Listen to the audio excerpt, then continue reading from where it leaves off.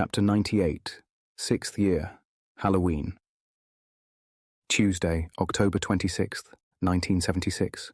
Boarding the Hogwarts Express in September, listening to David Bowie, listening to T-Rex, Christmas at the Potters, winning a game of chess, starting a new book, finishing a book, Grant's voice on the phone, a perfectly executed prank, beating Sirius at history, beating Sirius at anything, running through the forest at full pelt with Padfoot, Sirius Black's smile, snogging Sirius.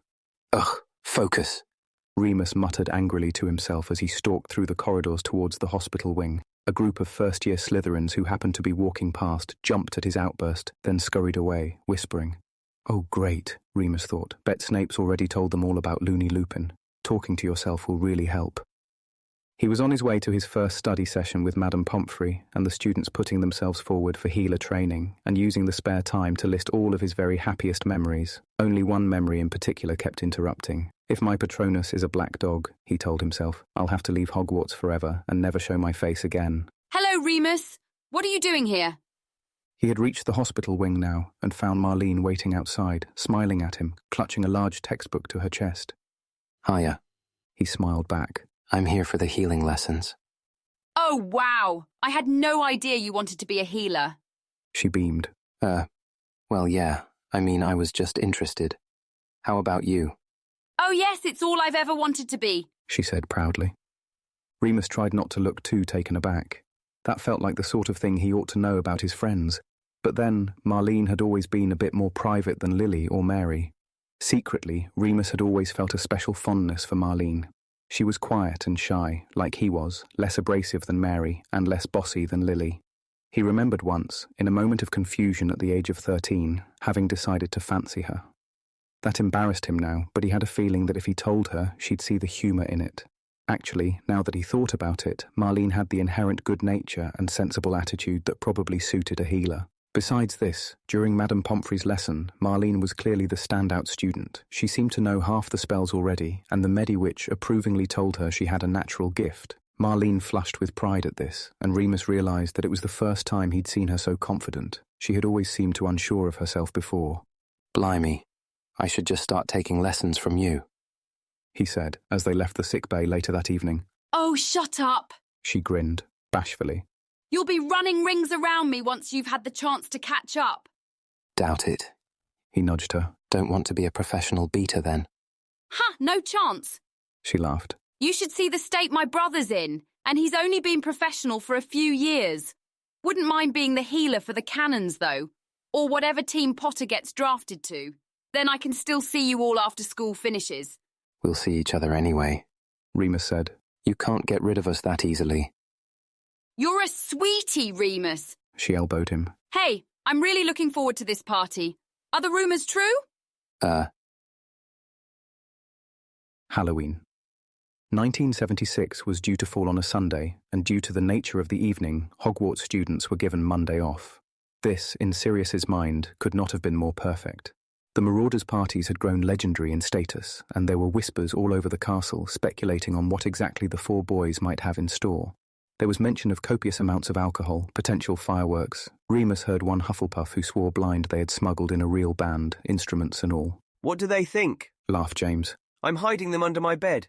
They might be right about the fireworks, though. James, Remus groaned. You're a prefect. Exactly. He grinned, puffing out his chest. And I have the authority to sanction any celebrations I see fit. Remus had tentatively prodded Lily on this statement, not wanting to get James into trouble, but equally not wanting to see her humiliated either. Look, Remus, after 6 years I'm learning to just go with the flow as far as you lot are concerned, she said, not looking up from her arithmancy charts. If Potter and Black want a party, they'll find a way. I'm just going to brush up on extinguishing spells and make sure no one gets hurt. Besides... And she did look up now. I think everyone needs a bit of cheering up. The war, you know. So that was that then. If Lily Evans was okay with a party, Remus supposed that he would have to be as well. Besides, it was partly to celebrate Sirius's birthday too, which fell on the following Wednesday, and you had to be capable of superhuman cruelty to deprive Sirius Black of a birthday celebration. This was a sore spot with Mary, who had been forgotten about twice now and was rapidly losing patience with her flighty, easily distracted boyfriend. The problem was, she seemed to think that Remus was the best person to vent to about it. I'm not an idiot, She sighed. a few days after forgiving Sirius for his latest slight, not after having charmed all of the goblets on the Gryffindor dining table to suddenly fling their contents into his face. I knew what he was like before we started going out, and my auntie always says, you can't change a man. Mister. Remus replied, hoping this sounded caring and supportive. Evidently it did, because she carried right on talking. And you know, I like the fact that he doesn't follow the rules, and he doesn't care what anyone thinks. I do just sort of wish he cared what I think. I'm sure he does. Remus mumbled. He doesn't show it, though. And actually, he's not the only good-looking boy at Hogwarts. She said this with a wry look on her face as a tall Ravenclaw 7th year walked past them. Roman Rotherhide, Remus had heard a lot of girls whispering about him. He had curly fair hair as long as Sirius's and dark brown eyes. Mary licked her lips, her own eyes following the older boy as he left the library. Remus slammed his book shut. Shall we go? Sunday, October 31st, 1976. The afternoon of the party, Remus was lying on his bed with the curtains drawn, listening to Diamond Dogs for the 100th time, trying to avoid all of the nonsense going on downstairs. The girls seemed to have joined forces and turned the usually comfortable, slightly worn around the edges Gryffindor common room into a cross between a jumble sale and the Boots cosmetics counter. He could practically smell the perfume from his bed, and it made his nose itch. They were getting ready, Mary and Marlene had told him, though Remus couldn't see what that meant, exactly, except that it seemed to involve a lot of mirrors, a lot of giggling, and an ungodly amount of hairspray. James was trying out new beaters for the Quidditch team, and Remus assumed Sirius was with him. Peter was helping Desi choose a dress for the party, though Remus suspected this was just a cover story. A glance at the Marauders map told him that Peter Pettigrew and Desdemona Lewis were alone in the prefect's bathroom. Alone and exiled from the common room, Remus had considered the library, but Christopher was there, and it looked like he was sitting close to the entrance, a novice error. You got far better light near the back by the windows, which meant that Remus would have to say hello, and Christopher would make some cold, shrugging reply, and eventually Remus was going to have to sort all of that out. But just now he wasn't in the bloody mood, okay?